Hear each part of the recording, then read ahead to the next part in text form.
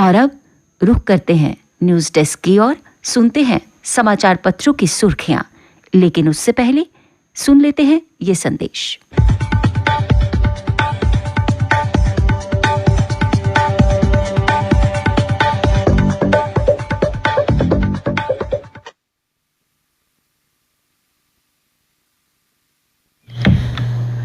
धन्यवाद बिंदिया।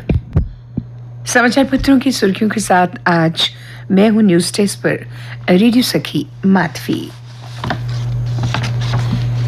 21 दिन में ही 3 लाख से अधिक भक्तों ने किए बाबा बर्फानी के दर्शन।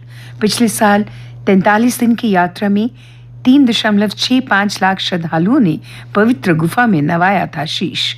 अमरनाथ यात्रा इस वर्ष देश के नागरिकों के साथ साथ विदेशी नागरिकों के लिए भी आकर्षण का केंद्र बनी है। भगवती नगर से रवाना हुआ 4,675 श्रद्धालुओं का जत्था। व्यवस्थाओं को सुचारू बनाने के लिए 30 विभागों को काम पर लगाया गया। अब तक 1,15,424 भोलेनाथ के भक्त जम्मू से यात्रा पर गए। जम्मू कश्मीर पुलिस के 32 अफसरों को पदोन्नति, आईपीएस में शामिल। दिल्ली में चयन समिति की उच्च स्तरीय बैठक में दी गई मंजूरी। सभी को एजीएमयूटी कैडर मिलेगा। सूची मंत्रालय को भेजी जाएगी। मणिपुर में हैवानियत पर विपक्ष का हंगामा। पीएम के बयान पर अड़ा विपक्ष। सरकार ने कहा, हम चर्चा को तैयार। विपक्ष की मांग, नियम 267 के तहत हो चर्चा। सरकार नियम 176 के तहत चर्चा को तैयार। राजनाथ सिंह का आरोप, विपक्ष चर्चा के लिए गंभीर नहीं। कार्रवाई सोमवार तक के लिए स्थगित की गई। सांसद दूसरे दिन की ठप, चारों आरोपी 11 दिन की हिरासत में। चैटबॉट से अब जल्दी हिंदी और उर्दू में भी मिलेगा मानसिक समस्या का समाधान। सेवा में जल्द अन्य भाषाएं शामिल करेंगे। वंचितों का सामाजिक आर्थिक सशक्तिकरण प्राथमिकता।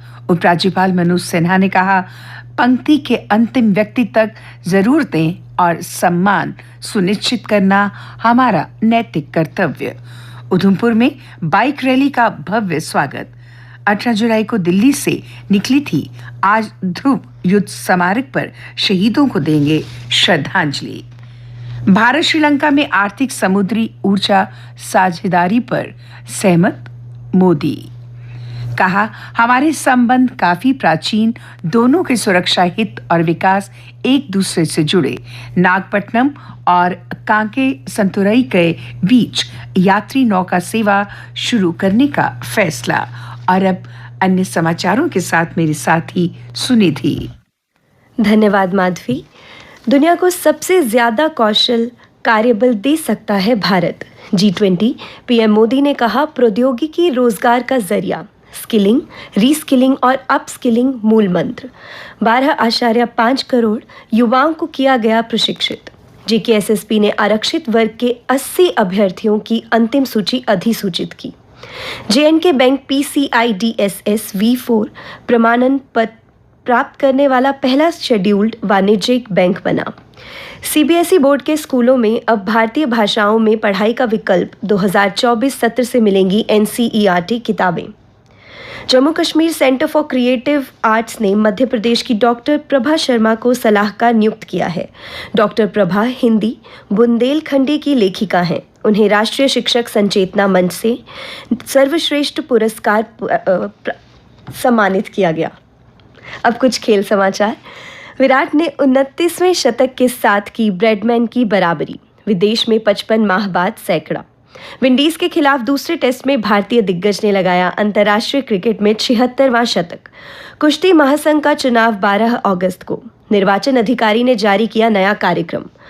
भारत ने बांग्लादेश ए को हराया। पाकिस्तान से होगा फाइनल। भारत और पाकिस्तान की ए टीमों के बीच इमर्जिंग एशिया कप का फाइनल मुकाबला खेला जाएगा। दोनों हाथ नहीं पर धनुर्धर बनकर छा गई शीतल। माता Vaishno Devi shrine board academy Katra में 1.5 वर्ष पूर्व शुरू की तीरंदाजी अब विश्व चैंपियनशिप के फाइनल में। बांग्लादेश के खिलाफ वनडे में मंधाना के पास फॉर्म में वापसी करने का मौका। महिला विश्व कप में स्पेन ने 8 साल बाद कोस्टारिका को हराया। आइए अब जानते हैं मौसम का हाल। जम्मू समेत कई हिस्सों में तपिश का बढ़ा एहसास। मौसम विभाग से प्राप्त जानकारी के अनुसार आज जम्मू में हल्की बारिश और गरज के साथ छींटे पड़ने की संभावना है। जम्मू में कल दिन का अधिकतम तापमान 31.7 डिग्री सेल्सियस और न्यूनतम तापमान 27 डिग्री सेल्सियस रिकॉर्ड किया गया। आज सूर्यास्त 7:37 पर और कल सूर्योदय 5:40 पर होगा।